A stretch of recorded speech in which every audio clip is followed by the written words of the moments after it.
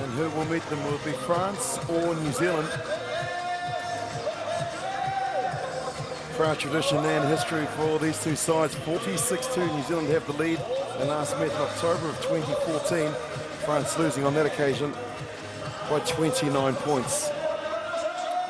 Starting 7 for both sides, and if you look at the French team, keep an eye on number 5, Steven Paredes, the 20-year-old in his 13th event, takes over as sweeper from Tere Borohua, who's named in the reserves. And for New Zealand, it is Bodine Waaka, the 21-year-old former Gisborne Boys High School, New Zealand secondary schools rep, and he has tasted success with New Zealand winning the national sevens for Taranaki.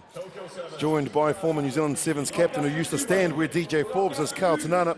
Carl, big question, how did New Zealand bounce back after the shock loss against Canada? We can see on the faces that of the New Zealand team on the right-hand side that they're not very happy with their first-up effort, and fair enough too. They hold themselves to high standards, but this French team, they'll be tough to shake, no doubt about that, and you know what they're going to bring, and that's physicality as they are led out by their talisman, Julien Candelon, and I think a player to watch in terms of the French team is the number 1, Jonathan Logel. He's abrasive. There is DJ Forbes. How did New Zealand put themselves in this position? Well, 2 wins, a loss against Australia, and then a loss against Canada in the quarterfinal. So 2 losses in a row. They won't want to make it 3 in a row. We'll have to dig into the archives to see when the last time that happened. But for France, 2 losses and 2 wins as well. Rasta Rashavengi celebrating his 152nd match in charge. I know that on Twitter last night there was a lot of traffic coming his way from South Africa, congratulating him on passing the milestone of 150. Steven Paredes gets us underway. Collier goes high, but it falls into the hands of Logel. And so first possession for the Tricolours. Great turnover from Collier. He initially missed it. Waka, what about that? He threw the ball up and then he got it back. Bodine Waka down the left-hand flank. Threw the ball there and it's gone forward. And so much good work and then all the hard work been undone by the knock forward there from Valo. There he is, Paredes. Straight to the hands of Tim Mickelson. And no advantage for the French. Will come back for a scrum. Bodine Waka just showing his toolbox there in terms of his skill base. Watch him here, goes to the right-hand side, tiptoes down the sideline, throws it up, and then comes back in the field to play. And then the right-hand foot step. It's like on the boundary for a cricket game. Yeah, it is too. I was going to say some of the cricket catches that we've seen where they've been out by the boundary and they've thrown it up in the air, got back in the field of play and caught it. Not easy to do. Julien Candelon into the halfback position rather, whereas Paredes plays a little bit of football before he manages to get it. Mickelson and Forbes using all their experience and trying to hold him up, and now they're going to have to release the player. Ball is available. Logel comes in. There is Buddy. Steve Barry gets away from Collier.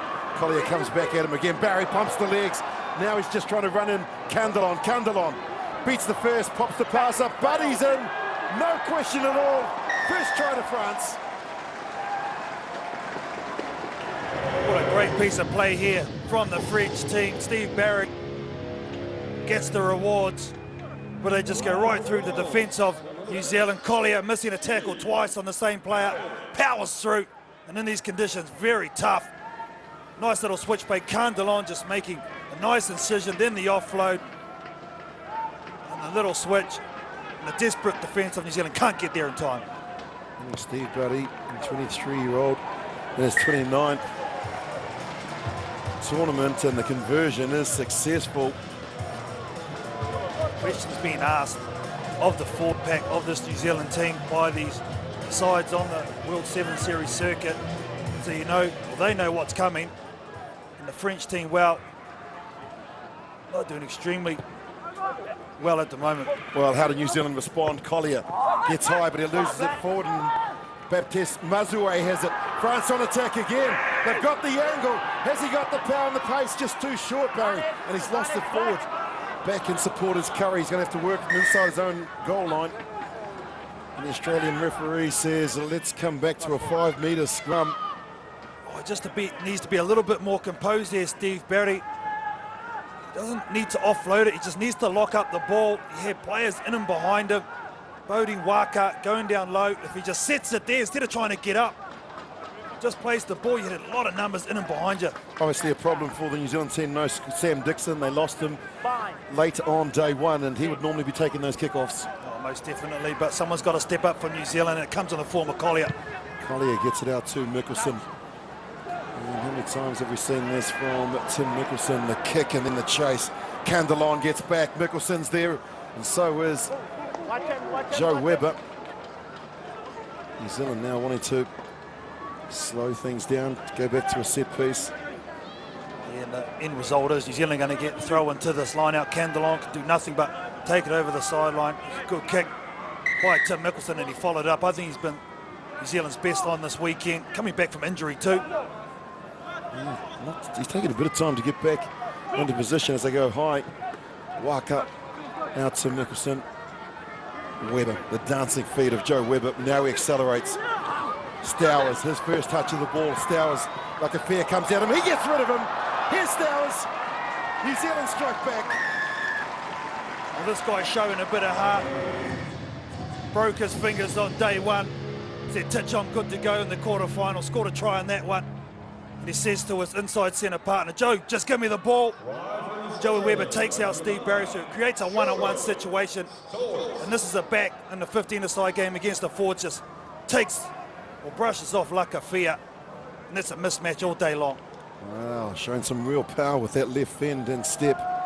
Shu and Stowers, try number 90, his fourth here in Tokyo. We're all tied up, 7 apiece. Kind of what you expect from New Zealand, though, after they've been hurt by Canada first time in 29 meetings. And Carl, what do you do as a captain? What are you saying to the guys after a loss like that, and then you're down in a division that you don't want to be in and not used to playing in?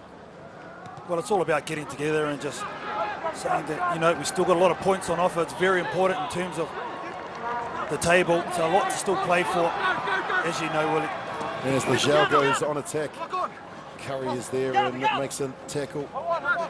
Forbes comes in and they look for the counter ruck, but still in possession. The Tricolis release now. Paredes had to go back into the traffic because that's where most of the support players for the French was, and now they've got some space out wide. Valo, Curry holds him up, Mickelson's in there as well, looking for the counter ruck, but good play from France.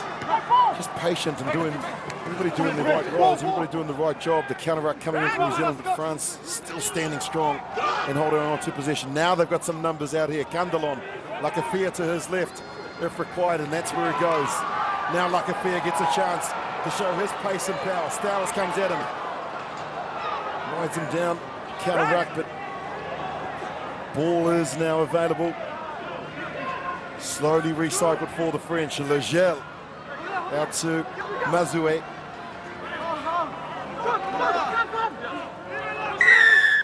Dangerous collapse on the neck. Dangerous collapse, says the referee. You can hear that.